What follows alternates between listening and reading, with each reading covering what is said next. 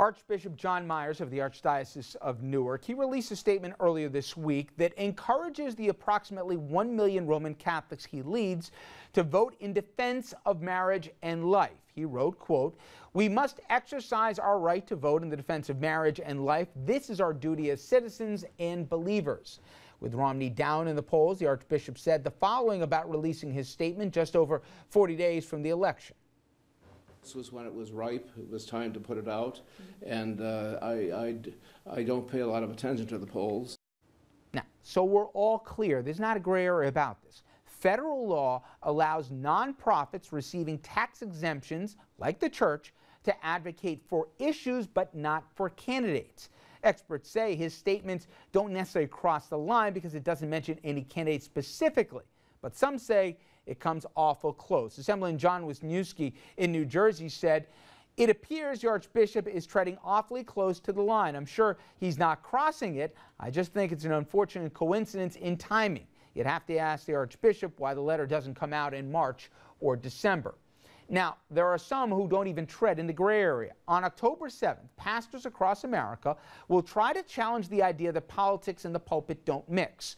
On Pulpit Freedom Sunday, that's what they're titling it, these pastors will try to get the IRS to investigate them for endorsing candidates from the pulpit. They're intentionally doing this. Some will explicitly endorse Romney, others will just rail against the current president. They're going to tape the sermons and then send them to the IRS basically saying, "I dare you to go after us." This will put the fifth Pulpit Freedom Sunday, but the action has yet to result in any IRS sanctions. Now, this isn't about any particular faith. I don't care if it's a synagogue, if it's a church, if it's a mosque, wherever somebody goes. Let me first ask the political question. Does anybody feel a little uncomfortable, the church or whatever the faith is, advocating pretty strongly, not just on an issue, but basically for the flock here to go in a particular direction come that Tuesday in November? I start with you. You're at a Catholic college. I look at you, Jeannie. Do I feel uncomfortable? Yes. I mean, I agree. He's going dangerously close to the line. I mean, legally, there's a very clear line, and you have to be careful of that. That said, he doesn't look like, when you read what he said, that he went over that line. But you do, you know, I think it's important to note that, you know, the Catholic bishops, for instance, send out a letter every election season where they invite people to think and reflect and use their conscience as a basis for voting. And, you know, does he come closer to that? Doesn't approach it, but they do talk about issues, not candidates, but they talk about issues from a Catholic perspective. But here's where I have a problem with it, Jeannie, and it's twofold. One is, on a basic level, when I go to church on Sunday, I don't feel like hearing about politics. You know, you gave it the office. I did. Yeah, I gave it the office, but also, that's not the place for it, okay? Go to, basically, preach on, but don't tell me on particular issues. The other thing is, the air of hypocrisy of this, and specifically two things. The church that at least I've gone to my whole life says, feed the hungry and clothe the naked. I don't hear anything about social safety net cuts that are in the proposal of the Romney Alliance, and that's okay. I don't expect them to rail about that. But I know a lot of people would if they said something about that. And I thought the church was also against the death penalty. That's a platform issue already that's clear. So it's selective in the issues that in this particular case, the Roman Catholic Church, or at least its Archbishop, has decided to espouse. I'm very clear they're pro-life. That's not a secret to anybody. And I guess that's issues. But when you go into the area of trying to push somebody in a direction and it's selective and not the whole, that's where I do have a problem. And I'd say the same thing if they were going against a progressive candidate as to a conservative one. It's not the job of the church. You guys agree here, or do you think that, hey... I'm even further than you are. I don't understand the need for proselytizing that goes on in so many churches and so many temples and other church groups. And this seems like the ultimate form of proselytization. It's not enough that I get my flock to live by this set of codes. That I need to get everybody who lives in the country to live by the same set of codes also. Why does any one group feel like it has the right to impose its values on everybody else, which is exactly what this is. Well, that's part of an organized religion. I understand this. But why can't you just get your flock in line on the same thing? Why does it have to be the law of the land? Well, I don't think they're saying it's the law of the land. But they're backing candidates in policy positions based on their they're not saying, nobody's beliefs. saying don't vote or don't vote for Obama or Romney. What they're talking about, some of these guys next Sunday some of them probably are, and the IRS should investigate them. But, there's another group, I think there's like 1,000 pastors on October 7th that are doing the same thing. And some may say vote or don't vote for that candidate, which is illegal. Well, they're doing it, and you know why. The idea that the IRS investigating churches for speaking their mind, that's a great... They want to go to the Supreme Court. They want this to go to the court. Of course they want to go to the Supreme Court. It's great optics, But you know what, Richard, there's a larger issue here in that there are value voters, and people have to acknowledge that there are folks that do vote their faith. Some people, there's of the Christian and also of the Jewish faith that they don't believe in gay marriage. They believe that a marriage is between a man and a woman. Let me actually show some numbers here where I buy that, but I also find that maybe the audience that he thinks this particular archbishop is on par with him, maybe not be. If I can get the first one, this was in a presidential poll where Catholics right now would vote. Now, these are registered voters who identify themselves as Roman Catholics. 54% in this Pew Research poll that was conducted earlier this month trending for Obama versus 39 for Mitt Romney. If I could jump ahead to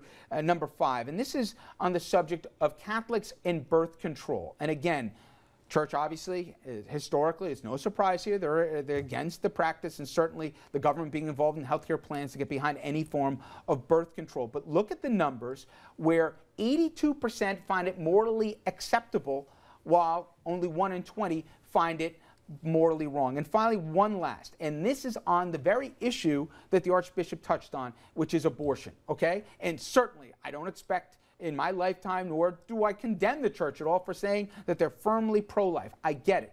But what does the flock say? Take a look at these numbers. This, again, views on abortion for, again, people who recognize themselves as Roman Catholics, generally available 42%, 35% under stricter limits, and not permitted in any circumstances, 20%. We always talk about knowing your audience right now, but for the Vatican or for the archbishops to speak in a single voice here for a conflicted flock, to say this is where you have to go, I don't think really recognizes who's sitting in the pews on Sunday necessarily. And that's part of my issue, is I'd rather not have to hear it when I go there.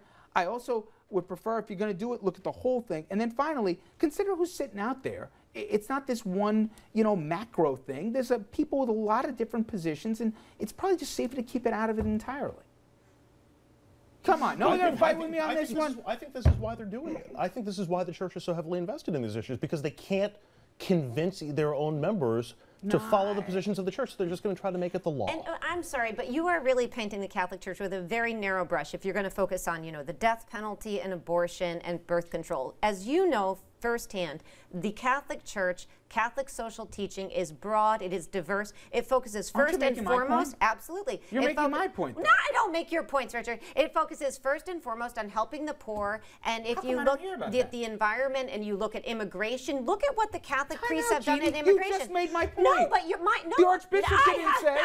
The Archbishop didn't talk about that. He talked about life and life alone as an issue to vote. You're talking about one Archbishop. You're not talking about, I'm thinking about my own college. Look at, some of them. Look at the Catholic social teachers at my own college. They are a diverse bunch. You can't paint the Catholic Church. Sure, there are archbishops. Let me speak from my own personal experience. On Sundays, I hear with frequent regularity about how the issue of choice or the issue of preservation of life will be the only social issue ever discussed.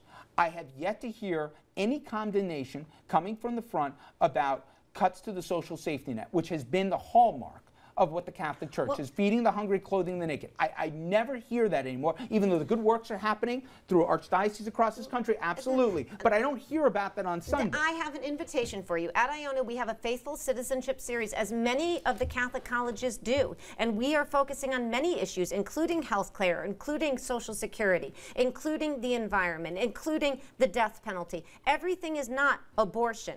Everything is not birth control.